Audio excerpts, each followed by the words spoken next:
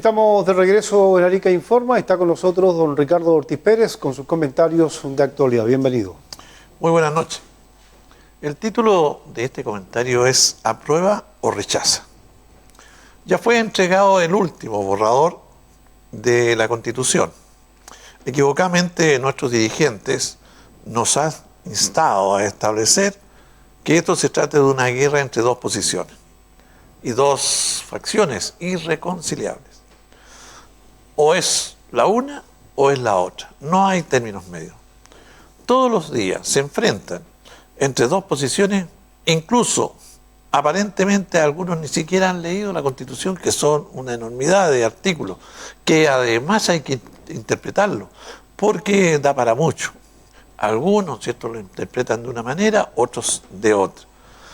Esto me recuerda aproximadamente estos enfrentamientos que hoy día, afortunadamente, son a través de la prensa, a través de la radio. Ya hay algunos atisbos, por ejemplo, acá en Arica, un senador estaba haciendo su propaganda y más de algunos epítetos y no se llegó, como se dice, el agua al río, así que, pero vas viendo ese encono, esa forma que si tú no estás con el arroba eres enemigo, o si tú estás con el rechazo vuelves a ser el enemigo.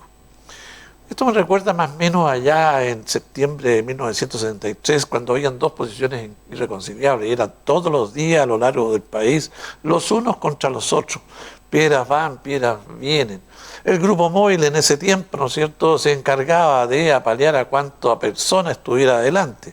¿Para qué decir? El centro de Santiago era irrespirable por las bombas que allí se echaban. Porque en definitiva no había diálogo.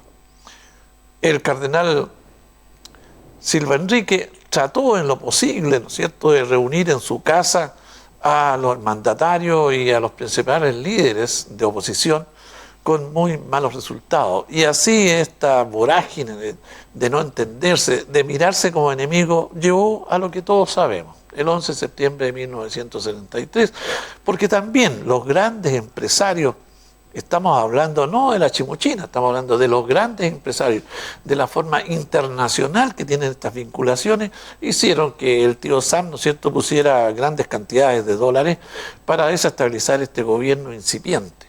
De tal manera que allí se encontraron chilenos contra chilenos con los tristes resultados que ustedes, ¿para aquí voy a señalar? Bueno, es porque no hubo razón. Nadie tenía, algunos querían todo o nada. El avanzar sin transar fue por un momento, o el mejor comunista era el comunista muerto, como se señalaba en algunas murallas. En definitiva, los dirigentes de allí tienen que pagar el precio de la historia, de no ponerse de acuerdo.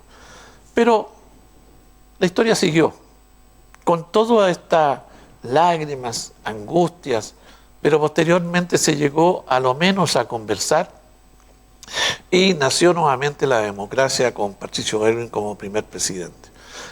Las cosas están más o menos, y allí se formó la coalición que ha llevado a este país de una u otra manera, y hay que reconocerlo, a algunos índices que ya están muy de capa caída.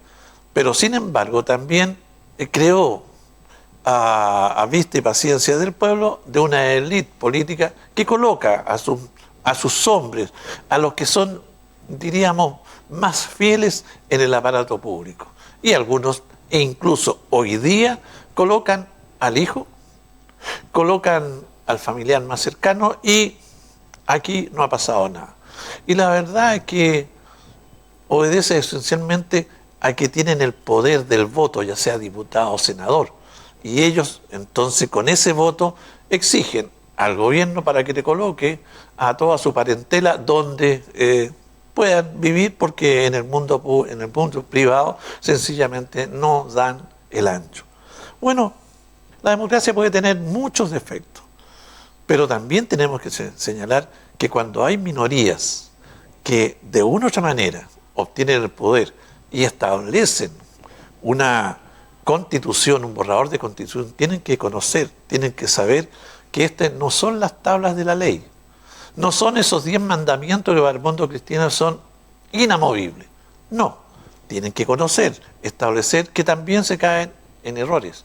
Y no como algún constituyente prácticamente era el amo, dueño y señor, y que la Constitución no debiera ni siquiera moverse un poquito.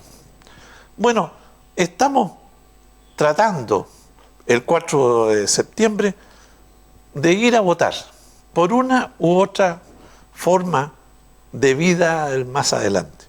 Lo que sí tenemos que señalar, a lo menos, que el que discute lea el borrador, a lo menos lea. Y vea en aquellas partes donde más le acomoda su situación.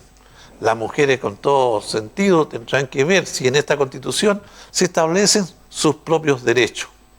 Los hombres exactamente igual, los jóvenes, los ancianos. No sé si habrá algo, porque me faltan por lo menos cerca de 60 artículos que leer. No sé, hasta ahí los ancianos no tienen cabida, o a lo mejor tienen, pero en forma muy general.